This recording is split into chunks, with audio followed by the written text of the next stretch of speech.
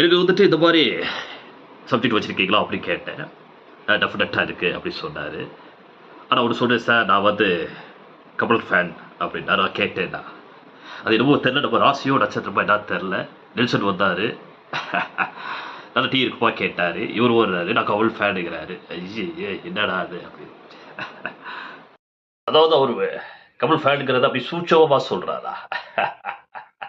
Sir இந்த மாதிரி style பண்ணக்கூடாது, ஃபர்ஸ்ட் டைலாக் பேசக்கூடாது, அந்த மாதிரிலாம் பேசாமல் கூட இன்டெலிஜென்ட்டாக நடிக்கணும் அப்படின்னு சொன்னா அப்படி சொல்கிறேன். அது டைரெக்டாகவே சொல்லியிருக்கலாமே. அந்த ஃபென்டாஸ்டிக்கான லோகேஷ் கனகராஜோட ஃபிலிம் கண்டிப்பாக எல்லாம் போய் தேட்டரில் பாருங்க. நான் அதே மாதிரி ஒரு 4 திங்ஸை அவாய்ட் பண்ணுறேன். பால்,